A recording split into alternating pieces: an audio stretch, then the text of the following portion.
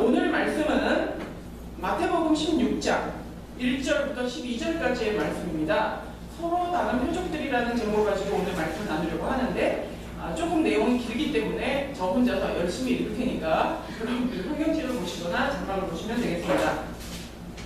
마태복음 16장 1절부터 12절까지의 말씀입니다. 바리새인과 사두개인들이 와서 예수를 시험하여 하늘로부터 오는 표적 보이기를 청하니 예수께서 대답하여 이르시되 너희가 저녁에 하늘이 붉으면 날이 좋겠다 하고 아침에 하늘이 붉고 흐리면 오늘은 날이 밝겠다 하나니 너희가 날씨는 분별할 줄 알면서 시대의 표적은 분별할 수 없느냐. 악하고 음란한 세대가 표적을 구하나 요나의 표적밖에는 보여줄 표적이 없느니라 하시고 그들을 떠나가시니라.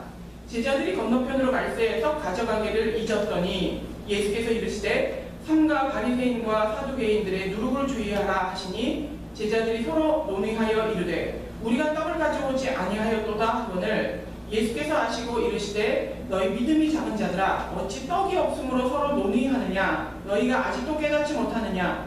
떡 5개로 5,000명을 먹이고 죽은 것이 몇 바구니며 떡 7개로 4,000명을 먹이고 죽은 것이 몇 광주였는지를 기억하지 못하느냐. 어찌 내 말한 것이 떡에 관한 것이 아닌 줄을 깨닫지 못하느냐. 오직 바리새인과 사두개인들의 누룩을 주의하라 하시니 그제서야 제자들이 떡의 누룩이 아니요 바리새인과 사두개인들의 교훈을 삼가라고 말씀하신 줄을 깨달으니라. 아멘. 참 이 말씀 가운데 도대체 어느 곳에서 은혜를 받아야 할지를 모르겠는 대표적인 말씀 중에 하나인데 오늘 이 말씀의 그 전 본문에는 어떤 이야기가 나오냐면 예수님께서 이제 그 무리들을 불쌍히 여기셔서 떡 7덩어리를 가지고 4,000명을 먹이시는 오병이어 그 다음에 나오는 7병이어라고 하는 그 기적을 베푸신 다음에 직후에 나오는 얘기입니다. 근데 그 기적이 있었음에도 불구하고 바리새인과 사두개인들은 예수님한테 요청을 합니다. 하늘로부터 오는 표적을 우리에게 보여주십시오 라고 요청을 하자 예수님이 너희가 어떻게 날씨는 분별을 하면서 우리가 무슨 이 세상을 살아가면서 뭐 환율의 동향은 어떻고 뭐 코스닥은 어떻고 주식의 동향은 어떻고 이런 거를 예측하는 것처럼 그보다 더 분명하게 날씨겠죠. 날씨는 예측을 하면서 어떻게 이 시대에 대한 분별력은 그렇게 없느냐. 내가 너희들에게 보여줄 표적은 요나의 표적 말고는 아무것도 없다 라고 이제 이야기를 합니다. 그게 이제 1절부터 4절까지의 전반부이고 후반부에 조금 다른 이야기가 나오는 게 이제 그 바리새인과 사두개인과의 논쟁이 끝나고 난 다음에 이제 돌아서서 제자들과 길을 가시면서 예수님이 그 이전에 있었던 바리새인들과 사두개인들의 누룩을 주의하라 라고 이야기하자 제자들이 시겁해요. 떡만 갖고 왔는데 이 누룩이라고 하는 것은 지금으로 치면 이스트가요. 빵에다가 넣으면 이렇게 부풀게 만드는 베이킹파우더 같이 이렇게 빵을 순식간에 푹 부풀게 만드는 그거를 이제 누룩이라고 하는데 너희가 바리새인과 사두개인의 누룩을 주의하라 하니까 제자들의 머릿속에는 항상 먹는 것 말고는 관심이 없어요. 우리가 먹고 사는 월급에 전전긍긍하는 것처럼 똑같이 이 제자들도 떡 안 갖고 왔는데 누룩하니까 그대로 그냥 직방으로 머릿속에 떠오르는 게 그냥 떡인 거예요. 떡을 안 가져왔는데요. 제자가 이렇게 얘기를 하자 예수님이 답답하다는 듯이 말씀하시는 것이 그 누룩이 아니라 바리새인과 사두개인의 누룩을 주의하라. 내가 떡을 말한 것이 아니다 라고 하는 게 이제 오늘 전체 본문 배경의 설명입니다. 근데 우리가 이제 오늘 본문에 나와 있는 것처럼 표적을 구하는 신앙이다. 그러면 우리 머릿속에 단박에 떠오르는 거죠. 기적을 추구하는 신앙에 대한 것이 가장 먼저 떠오르죠. 기적을 보려고 하는 신앙들, 그 은사를 쫓아다니는 사람들, 혹은 하나님이 뭔가를 아주 정말 드라마틱하게 우리에게 해줘야지만이 믿는 신앙들을 우리가 떠오릅니다. 그러니까 사실 오늘 나와 있는 이 표적을 바라는 신앙은 그 표적은 아닙니다. 오늘 나와 있는 표적과 우리가 얘기하는 표적에 어떤 차이가 있는지를 한번 비교해 보려고 합니다. 요한복음 6장 26절에 이런 얘기가 나옵니다. 예수께서 대답하여 이르시되 내가 진실로 진실로 너희에게 이르노니 너희가 나를 찾는 것은 표적을 본 까닭이 아니라 떡을 먹고 배부른 까닭이다. 우리가 생각했던 딱 떠올랐던 그 표적이 바로 이 이야기죠. 그러니까 표적 자체보다는 표적을 통해서 얻는 그 혜택에 관심이 있는 자들. 그러니까 뭐 줄이고 배고픈데 그냥 가기만 하면 그냥 뭐 떡 5덩이로 막 떡이 계속 나오니까요. 야, 이 메시아가 우리의 왕이 되면 우리의 먹고 사는 문제는 그냥 다 해결됐구나. 무에서 유를 창조해내는 그 하나 그 예수님의 기적을 통해서 이 사람이 메시아이건 아니건 상관없어요. 나는 이분을 통해서 떡을 먹을 수 있다는 것이 기쁘다는 것 때문에 막 쫓아왔던, 와 되게 신기하다, 와 되게 멋있다, 아 배고프지 않겠다, 이 마음으로 왔던 무리를 향하여서 책망했던 내용이 바로 표적을 쫓아서 다니되 그 표적이 주는 혜택만을 쫓아서 다니는 사람들에 대한 지적의 말씀, 이것이 지금 우리가 딱 떠오르는 그 이미지의 표적이었습니다. 근데 사실상 이러한 신앙은 그때만 있는 게 아니라 지금도 있습니다. 저도 마찬가지고 어쩌면 여러분도 이에 속할 수도 있어요. 빈번하게 우리 안에 일어나는 일이 뭐죠? 이 하나님이 주는 혜택, 말하자면 그 콩고물에만 관심이 있어서 내가 신앙을 갖는 것이 예수가 그리스도여서가 아니라 예수가 그리스도는 아니건 상관없이 내가 교회를 다니면 뭔가 하나님은 나를 보호해주고, 교회를 다니면 뭔가 내가 먹고 살 수 있게 해주고, 교회를 다니면 어떤 예수님을 믿는 거에 대한 혜택에만 관심이 있어서 우리가 신앙을 갖는다면 우리도 이 요한복음에 나와 있는 사람들과 별반 다르지 않다는 겁니다. 이 신앙은 어찌 보면 상당히 유치한 수준의 신앙, 그냥 먹는 것만 쫓아다니는 것과 같은 모습이 우리 안에도 있다는 겁니다. 근데 오늘 본문에 나왔던 또 다른 표적의 이 서로 다른 두 가지의 비교를 지금 하고 있는데, 두 번째에 나와 있는 이 표적은 이 바리새인과 사두개인들이 원했던 건 네가 메시아냐 아니냐 이거를 증명할 수 있는 표적을 보이라는 거예요. 바리새인과 사두개인들은 배가 고파서 떡을 먹으려고 표적을 보이라는 것이 아니라 당신이 메시아인지 아닌지를 증명할 수 있는 기적을 만들어내봐라 라고 요청을 합니다. 그래서 이 두 개의 표적이 요청하는 그 동기가 다르다는 겁니다. 그렇다면 이 표적을 요구했던 바리새인과 사두개인은 어떤 사람들이었습니까? 이들은 당대에 존경받는 종교 지도자였습니다. 말하자면 하이클래스였어요. 물론 이제 재벌만큼 잘 살지는 않지만 그들의 지위가 사람들에게 존경받는 지도자라고 하는 지위였다는 사실입니다. 그 당시에 있었던 그 4대의 종파 중에 대표적인 종파 두 군데가 바로 바리새인과 사두개인이었습니다. 바리새인들은 율법을 지킴으로 말미암아 메시아를 기다리고 또 우리는 좀 부정적으로 평가하죠. 외형주의적이다라고 얘기를 하지만 율법을 철저하게 지키면서 자신들의 어떤 종교성을 더 고취하려고 하는 자들이 바리새인이었고, 사두개인들은 조금 다른 소신을 가지고 있었습니다. 모세 오경만을 믿었으면서 당대의 권력과 결탁되어 있었던 권력을 가지고 있는 종교 집단이 바로 사두개인이었습니다. 이들은 가진 것들이 많았겠죠. 근데 사실 아시다시피 종교적인 문제는 훨씬 더 첨예한 거 아시죠? 서로 다른 같은 크리스찬 안에서도 약간의 색깔만 달라도 굉장히 적대적인 것처럼 이들도 사실 굉장히 적대적이었습니다. 근데 참 희한한 것은, 이것이 우리의 본성인지도 모르겠지만 공공의 적을 위하여서는 같이 뭉친다는 거예요. 절대로 융합할 수 없는 바리새인과 사두개인이 같이 모여서 예수님을 대적하는 데는 힘을 합칩니다. 어찌 보면 우리 가족 안에서도, 또 어떨 때는 우리 직장 안에서 누군가를 향하여서 그 적대 관계가 있을 때에는 평소에 좋지 않았던 사람들하고도 의견을 합의해가지고 몰아내듯이 그런 마음으로 지금 바리새인과 사두개인이 힘을 합쳐서 예수를 향하여서 시험을 하고 있다는 겁니다. 그들의 의도는 무엇이었냐?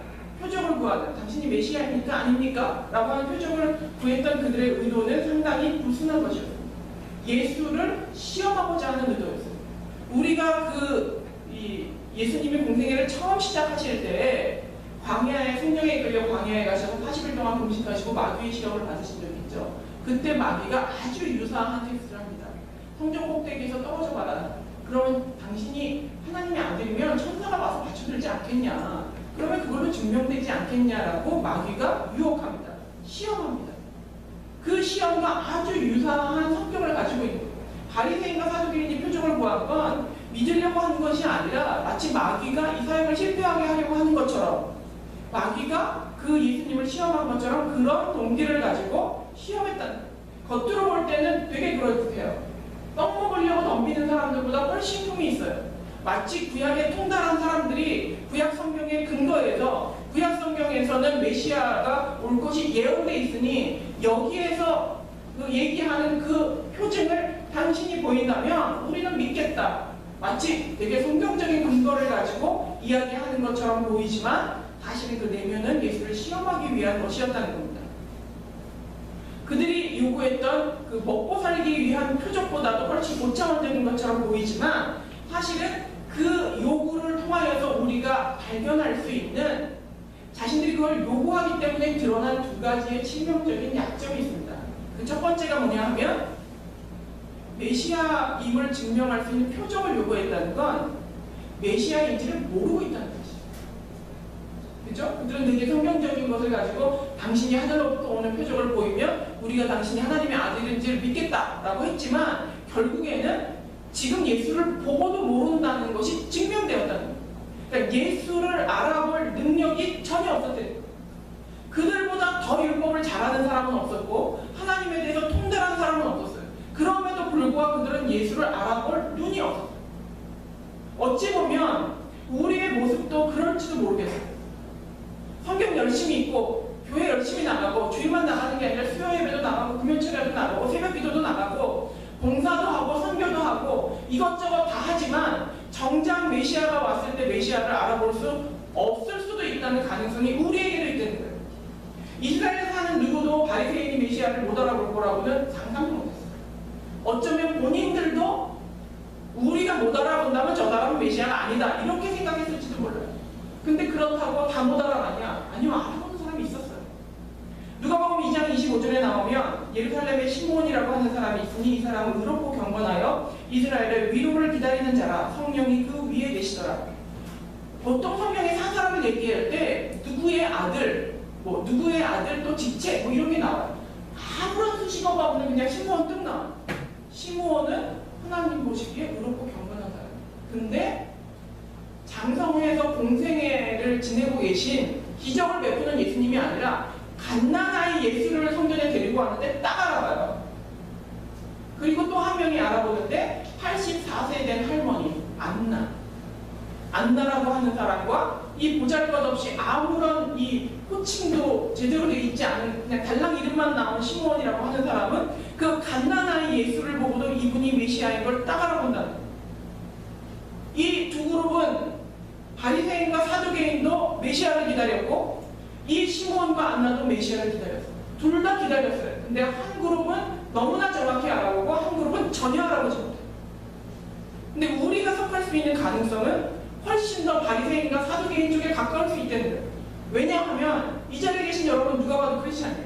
크리스찬임을 숨기지 않으실 거예요. 그런데 그게 명실공히 우리가 크리스찬다운 영적인 안목을 가지고 있느냐는 다른 문제라는 거예요.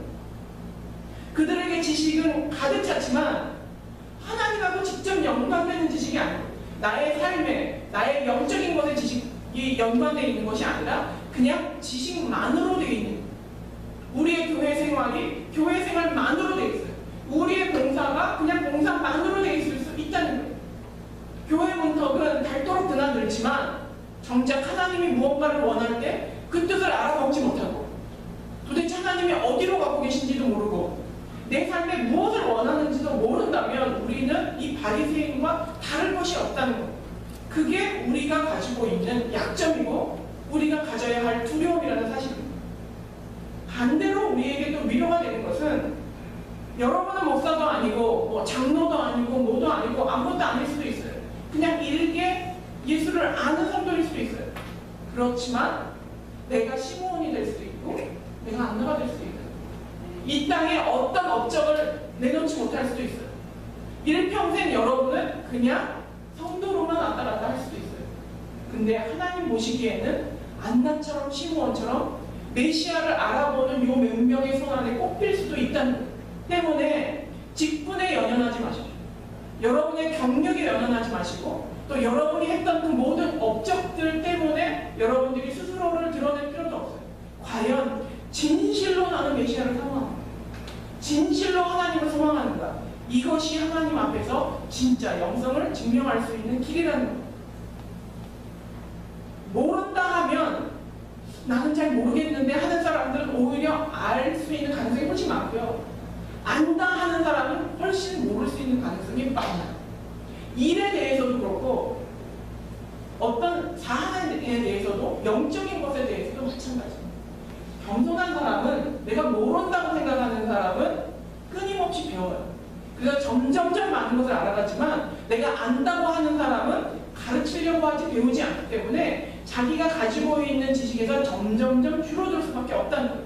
때문에 어찌 보면 방법론적인 면에서는 내가 아는 것이 없다라는 마음을 가지고 배우려는 자세로 사는 사람이 항상 메시아도 알아볼 수 있는 가능성이 높고 영적인 것을 잘 처리할 수 있는 가능성도 훨씬 더 높다는 겁니다. 두 번째, 이제 이들이 표적을 구하는 것 때문에 드러나게 된 두 번째 약점은 뭐냐면요, 표적을 봐도 믿으려는 마음이 없었다는 거예요. 요새는 조금 잠잠해졌지만 작년에 결판이 났나요? 타진요라고 하는 얘기 들어보셨죠? 타블로에게 진실을 요구합니다 라고 하는 모임이에요. 그러니까 그 가수인 타블로가 스탠포드를 나왔느냐 안 나왔느냐를 가지고 수년 동안 법정 공방까지 벌였던 사건이에요. 근데 중요한 거는요, 졸업증명서 갖다 줘도 이거 카피본이라는 거죠. 거기서 찍은 사진을 보여줘도 이건 할 수 있다는 거죠. 성적증명서 보여줘도 이거 조작이 되는 거죠. 어떤 것을 갖다 줘도 안 믿어요. 이 타진요라고 하는 사람들의 집단의 특징은 안 믿기로 작정한 사람들이에요. 표적과 증거를 안 믿기로 작정한 사람들의 모임이 타진요예요. 어찌 보면 이 바리새인과 사두개인들은 믿으려고 표적을 구하는 것이 아니라 안 믿기로 작정하고 다리를 걸고 넘어지려고 표적을 구했다는 거예요. 이게 자신들이 요구했던 표적을 통해서 드러난 스스로의 추함과 약점이라는 사실입니다. 애초에 믿을 생각이 없었어요. 어쩌면 아니라는 확신을 가지고 시작한 거예요. 내가 네가 메시아가 아니라는 걸 증명해 보이겠다. 네가 증거를 못 대는 걸 통해서 증명해 보이겠다라는 마음을 가진 게 이들의 마음이었다. 때문에 우리가 하나님께 크던 작던 만약에 표적을 구한다면 우리 마음을 뒤져봐야 돼요. 과연 내가 믿으려고 표적을 구하느냐, 믿지 않으려고 표적을 구하느냐. 하나님이 나에게 어떤 명령을 내리셨어요. 참 하기 힘든 일이에요. 그럴 때 우리는 표적을 구해요. 하나님, 이런 사인이 오면 몇 날 며칠에 누구를 통해서 이런 사인이 오면 하라는 뜻을 믿겠습니다. 근데 여러분 솔직히 생각해보면 하고 싶어서 그 사인을 원해요? 하기 싫을 때 그 사인을 원해요. 저는 참 부끄러운 말씀입니다만 이 교회를 시작을 할 때 여러 번의 사인을 받았어요. 근데 그 사인을 받을 때마다 그 마음이 순종하지만 흔쾌하게 순종하는 마음은 아니었어요. 사인이 있으니까 억지로. 그나마 이 그동안에 쌓았던 신앙의 그 공력을 가지고 여기까지 왔는지는 모르지만 그 마음의 중심에는 사인을 구한다고 할 때는 하기 싫은 마음, 아니었으면 좋겠는 마음, 믿고 싶지 않은 마음이 훨씬 더 기저에 있다는 거예요. 왠지 아세요? 믿으려 하는 사람은 표적 없이 그냥 가는 사람이에요. 표적을 요구했던 사람의 마음의 동기 안에는 항상 불순한 동기가 있을 수 있다는 것을 기억하시고, 내가 표적을 하나님 앞에 구할 때 과연 나의 동기는 순수한가를 점검해 볼 필요가 있어요. 말은 이렇게 해요. 하나님의 뜻인지 아닌지를 분명하게 알기 위해서. 근데 사실상 우리 마음에는요, 하나님이 기뻐하시는 거 안 하시는 거 대충 분별할 수 있어요. 우리는 하나님의 형상을 가지고 있고 신앙생활을 오래 해왔기 때문에 하나님이 이것을 기뻐하는지 안 하는지에 대해서 우리는 감으로 느낄 수 있어요. 근데 우리도 표적을 구한다는 거예요. 바리새인처럼 겉으로는 영험해 보이지만 예수를 알아볼 수 없는 사람, 겉으로는 총명해 보이고 지식이 있어 보이지만 하나님의 뜻을 분별할 수 없는 사람, 겉으로는 열심인 것처럼 보이지만 메시아를 믿을 생각이 없는 사람, 이런 오류를 우리도 범할 수 있다는 겁니다. 제가 신학교 다닐 때 들었던 예화니까 벌써 한 15년 정도 된 예화예요. 많은 분들이 아실 수 있는 예화인데 빵 터지지 않을 거라는 걸 예상하고 말씀을 드리겠습니다. 넌 크리스찬인 선생님이 학생들을 이렇게 가르치는데 성경에 나와 있는 그 기적들이 마음에 들지 않는 거예요. 말도 안 되는 거라고 생각을 하는 거죠. 그래서 이 불신자였던 선생님이 학생들한테 이런 얘기를 합니다. 성경에 나와 있는 기적은 사실은 실제로 있었던 일이 아니다. 예를 들어서 모세가 이스라엘 백성을 끌고 홍해를 건너갔을 때 실제로 그 홍해의 그 당시의 깊이, 지금은 바다지만 그 당시의 깊이는 150cm 정도, 그러니까 성인의 이 가슴 높이 정도밖에 되지 않는 갈대밭이었다. 근데 성경에서는 바다를 건넜다라고 말도 안 되는 얘기를 하는 거다라고 하자, 어떤 학생이 막 탄호하면서 정말로 그 놀라운 일을 행하신 하나님을 찬양합니다. 하나님께 영광을 올려드립니다. 이러는 거예요. 빈정이 상했어요. 이 선생님이. 자기는 기적이 아니라고 했더니 얘 뭐 바보야? 네. 도대체 너는 왜 그러냐? 이게 뭐가 기적이냐? 갈대밭을 건너간 게. 이 학생이 하는 얘기가 그 150cm밖에 안 되는 갈대밭에서 바로의 전 군대를 수장시킨 하나님의 놀라우신 기적은 대단합니다. 라고 얘기하는 거예요. 보세요. 선생과 학생이 있는데 이 선생은 안 믿기 위해서 성경을 보는 거예요. 홍해를 건넜다 그러니까 그건 갈대밭이지 절대로 바다 물을 가르고 건넌 건 아니야 라고 이야기를 하는 거고, 이 학생은 아니라는 증거를 들이대도 그 안에서 그것이 사실이라는 것을 찾아낼 수 있는 믿음이 있다. 여러분은 믿기 위해서 성경을 봅니까? 안 믿기 위해서 성경을 봅니까? 성경을 보다 보면 진짜 이건 아닌데 싶은 게 있잖아요. 솔직히 뭐 예수님이 무리를 건넜다든지 뭐 하늘에서 불이 떨어졌다든지 뭐 죽은 사람이 살아났다든지, 그러니까 인간의 상식으로 전도하기에 민망할 수 있는 그런 것들이 있을 때 내 마음 가운데 나는 믿기 위해 성경을 보느냐 안 믿기 위해 성경을 보느냐, 그 차이가 결국에는 태도의 차이고 자세의 차이입니다. 여러분은 교회를 갈 때 비판하기 위해서 교회를 가십니까? 아니면 성경을 통해 나를 돌아보시기 위해 교회를 가십니까? 저도 이제 이 목사가 되고 신앙생활을 오래 하다 보니까요, 벌써 딱 보면 가는 부분 알아요. 이렇게 들어가서 어떤 목사님 설교하시면 오늘 힘들다 뭐 이런 마음이 솔직히 드는 데가 있어요. 이게 얼마나 나쁜 자인지 몰라요. 설교를 잘하고 못하고에 따라서 저 사람이 잘하지 못했기 때문에 나는 은혜를 안 받는다라고 하는 건 이미 나는 점수 매기러 교회를 간 거지 은혜를 받으러 하나님을 만나러 가는 그 마음 자체에 문제가 있다는 거예요. 오늘 이 예화에 나와 있는 것처럼 나는 어느 편에 속하는지, 정말로 납득이 안 되는 부분이라 하더라도 그것을 믿기 위해서 성경을 보는 것인지, 아니면 안 믿고 그것을 아니라는 걸 증명하기 위해서 성경을 보는지를 우리가 뒤돌아볼 필요가 있습니다. 이제 1절에서 4절이 지나고 나서 이제 후반부에 예수님께서 마무리하듯이 제자들에게 이런 얘기를 합니다. 바리새인과 사두개인, 이렇게 표적을 구하는 바리새인과 사두개인들이 이야기하는 그 누룩을 조심하라, 그들의 누룩을 조심하라는 이야기는 그들의 교훈을 조심하라는 이야기로 나중에 제자들이 깨닫게 되는데, 누룩은 일상적으로요 천국을 비유할 때 많이 비유합니다. 요만큼만 넣어도 요만했던 빵이 이만해지는 것. 천국이라고 하는 것이 바로 그렇다. 아주 작은 것이지만 큰 열매를 거두는 것이 바로 천국이다라고 표현을 할 때 누룩을 이야기합니다. 마태복음 13장 또 누가복음 13장에는 그 천국의 비유로 좋은 비유로 누룩을 쓰는데, 오늘 이 비유는 조금 나쁜 의미에서 예수님이 비유를 썼단 말이에요. 그렇다면 이 누룩이 가지고 있는 특징이 있을 거 아니에요. 좋은 데도 사용하고 나쁜 데도 사용을 했다면 누룩 자체가 가지고 있는 대표적인 특징이 두 가지가 있어요. 하나가 강력한 침투력입니다. 그 스며들어가는 것이 알아채지 못할 만큼 스며들어가는 강력한 침투력, 또 하나가 놀라운 확산력입니다. 그것이 가지고 있는 확산력, 요만한 것을 이만하게 만드는, 우리 고사성어로 침소봉대라고 그러죠.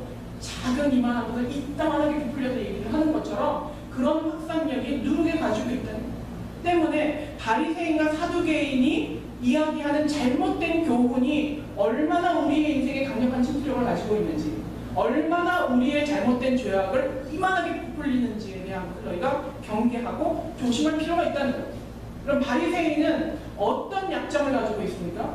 그들은 외식하는 자들, 형식주의자, 권위주의자, 거짓과 위선을 이야기하는 사람, 외형적인 것, 마치 중국의 분갈빵처럼 이따만하게 크지만 딱 열어보면 안에 아무것도 없는, 율법이라고 하는 그 큰 그릇에 경건의 능력이라고 하는 건 아무것도 없는, 메시아를 아무리 설명하고 아무리 기적을 봐도 메시아를 알아볼 능력이 없는 자들이 바로 바리새인들의 특징이었어요. 근데 그것이 우리에게 침투되고 우리에게 그 죄를 확산할 수 있는 가능성이 너무나도 크다는 거예요. 여러분은 누구에게 보이기 위하여서 신앙생활 하는 적은 없습니까? 보이기 위해서 기도하고 보이기 위해서 성경을 보고 그것이 머릿속에 들어오지도 않고 마음에 담기지도 않는데 만약에 그러고 있다면 우리는 이미 감염되어 있다. 그 놀라운 침투력에 빠져들어가 있다는 거예요. 그리고 그것이 점점 시간이 지나서 1년이 지나고 2년이 지나도 내가 그것을 채우려고 노력하지 않고 그냥 속을 만큼 그런 일들이 우리 삶에 이루어질 수 있다는 겁니다. 또 한편에 나와 있는 사두개인들이 가지고 있는 죄성은 무엇이냐 하면 영생을 거부하고 모세오경만 믿었으니 예수 그리스도를 부인했겠죠. 영생을 거부하고 현세주의적이고 기복주의적이고 아주 현실적이에요. 그래서 내가 살기 편하다면 권력과도 결탁을 하고 내가 잘 먹고 살기 위해서는 신앙을 가지고 있지만 그 어떤 것도 잘 활용하는 데 주저하지 않는 아주 오늘 이 현실을 잘 먹고 잘 살기 위해서 노력하는 그 모습이 사두개인들의 모습이라는 거예요. 어찌 보면 지금 우리가 살고 있는 이 시대가 사두개인들과 같은 모습으로 많은 크리스찬들을 변하게 만든 시대라고 생각합니다. 저도 회사를 다니고 하다 보니까 예전에 이제 패션을 하고 오래전에 그만뒀지만 그래도 썩어도 준치라고 예전에 했던 감각이나 이런 안목들이 살아나면서 그것을 만들 능력은 없으나 보는 능력은 있거든요. 아 이거는 좋고 이건 나쁘고 목사가 가방이 좋고 나쁘고를 봐서 뭐 하겠어요. 근데 그런 것들이 살아나면서 아 이런 재미가 있었지. 이렇게 영적인 거에만 골몰해 있던 그것에서 아 명품이라고 하는 것이 가지는 매력이 이거지. 이런 생활 속에서 있다 보니 그것이 내 안에 스며들어 오는 것을 막을 여력도 없이 어느 순간에 내 안에 들어와 있는 것을 물질이 가지고 있는 맛이 어떤 것인지를 예전에는 아예 차단을 하고 살았기 때문에 내가 굶는 한이 있어도 나는 돈을 밀리지 않고 정말 하나님이 까마귀가 물어다 주는 것만 먹고 살겠다 할 때는 자유로웠어요. 근데 오히려 그것이 주는 기쁨과 그것이 주는 편안함이 무엇인지 그것을 누리며 사는 사람들을 보면서 아, 저 사람들 참 편할 수 있고 좋을 수 있겠구나 라고 하는 눈이 띄어지면서 세속화가 내 마음 가운데 밀고 들어오는데 그것을 막을 능력이 인간에게는 많지 않아요. 끊임없이 내가 주의하고 노력하지 않는 한은 쉽지 않아요. 그리고 제가 이제 신호회를 여기에서 하는데요. 여기 있는 사람들 다 패션업계 종사하는 사람들이에요. 직원들. 크리스찬들이요. 몸부림치며 살아요. 그러니까 일반 식당업을 하는 사람들 혹은 뭐 다른 제조업을 하는 사람들에 비해서 패션이라고 하는 가장 세상적인 특성을 농축적으로 가지고 있는 이 업을 접할 때 이 사두개인들이 가지고 있었던 그 누룩이 우리 안으로 강력하게 침투해 들어와서 아주 확산적으로 요만한 거를 이만하게 만들어 나가는 동안에도 우리가 놓칠 수 있는 그래서 이만해진 것을 또다시 주중에 만나서 예배드리면서 또다시 죽이고 이만해진 것을 또다시 죽이고 하면서 살아가는 모습을 보면서 참 피 흘리는 어려움처럼 이 신앙이 투쟁이구나 전쟁이구나 하는 마음이 상당히 패션업계 종사하지 않아도 마찬가지라고 생각을 합니다. 이 세상이 우리에게 남겨놓은 것들을 우리가 제거해 나가는 것 이 사두개인의 누룩을 조심하면서 사는 것 이것이 우리가 주님을 만나는 그날까지 해야 되는 과제라는 거예요. 구원받은 이후에 우리는 그렇다면 이들과 같이 표적을 구하지 않나요? 우리는 메시아를 아니까? 저는 그렇지 않다고 생각해요. 잔잔하게 우리는 하나님 이 일이 해결되면 그렇게 열심히 할게요. 내가 이 어느 정도의 경제력을 얻으면 하나님이 나를 지켜주시는 줄 믿을게요. 하나님 이게 뭐 나의 건강이 회복되면 하나님이 나와 함께하는 걸 믿을게요. 우리는 항상 뭐뭐하면 이라고 하는 것을 끊임없이 제시해요. 그것 또한 저는 불신앙이라고 생각해요. 우리는 이미 요나의 표적, 그죠? 물고기 뱃속에 3일 동안 들어갔다가 다시 되살아난 요나처럼 십자가를 지고 주신 예수님의 죽음으로 말미암아 우리가 구원을 얻었다라고 하는 그분이 메시아고 그리스도라고 하는 영생을 얻었다라고 하는 이 표적이 너무나 크기 때문에 이 이외에 다른 표적은 필요 없는 거예요.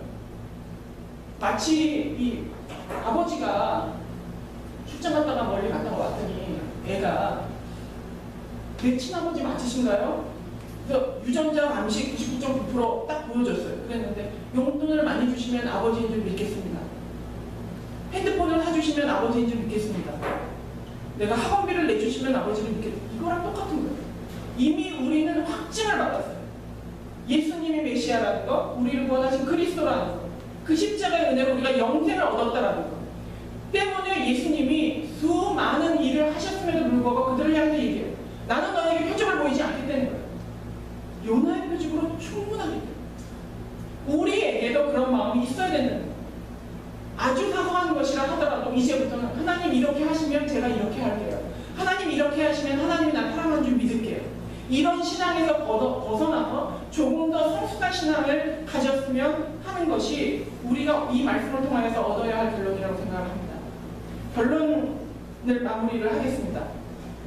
어떤 이는 예수님께로부터 오는 그 혜택, 콩고물에만 관심이 있어서 표적을 구하는 사람이 있고, 어떤 이는 이게 믿을 생각이 없이 불순한 의도로 인정버리듯이 신앙을 가지면서 표적을 구하는 사람이 있습니다.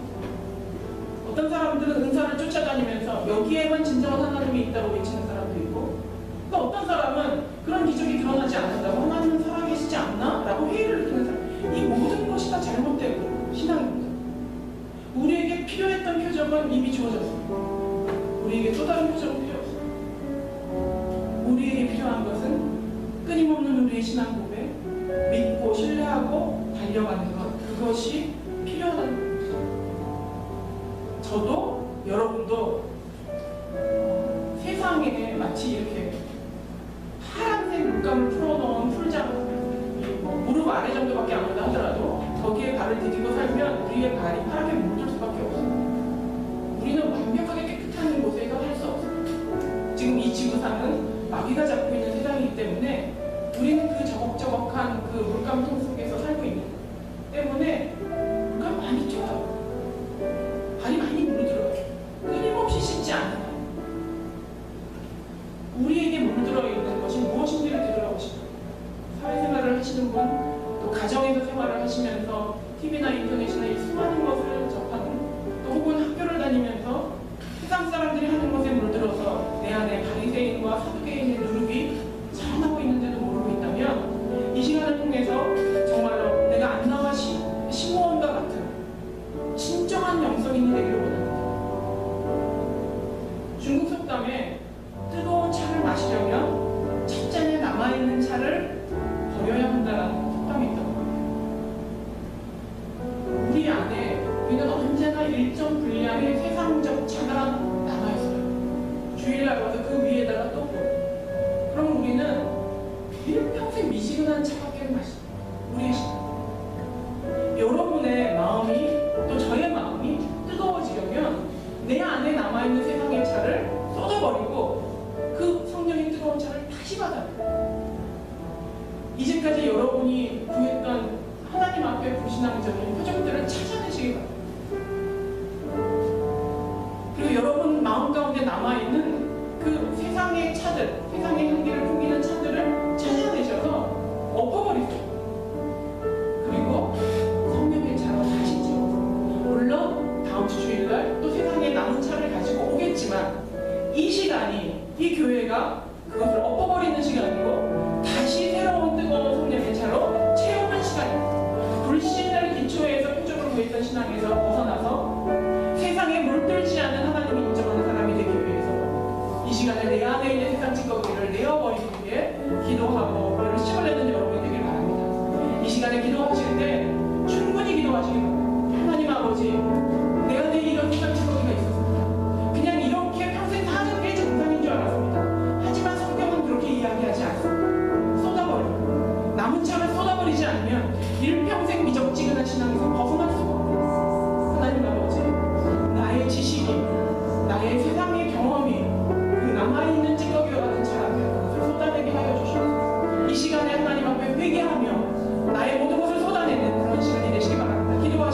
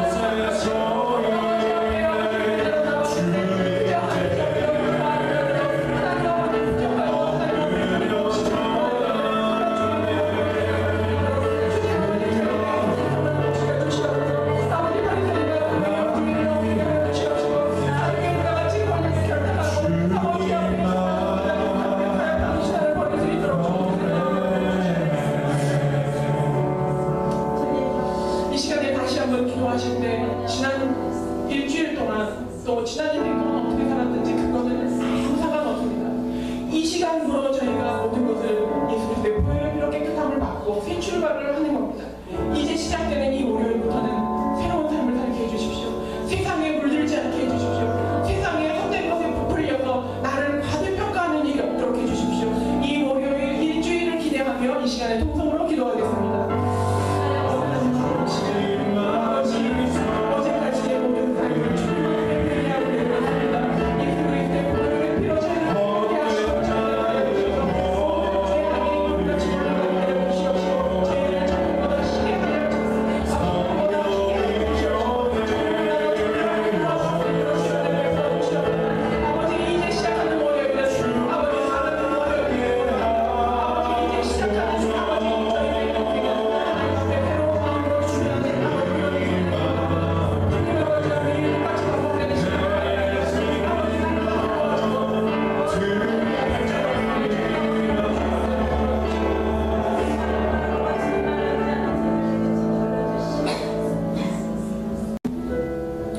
저희가 생각했던 것보다 훨씬 더 많이 물들어 있고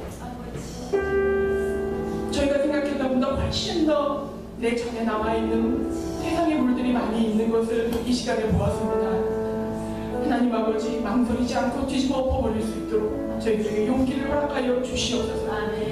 마치 나는 죄를 짓지 않는 것처럼 저들과 같지 않은 것처럼 저들보다는 나은 것처럼 바리새인과 같은 형식적인 모습을 가졌다면 주님 아버지 그것을 엎어버리게 하여 주시옵소서.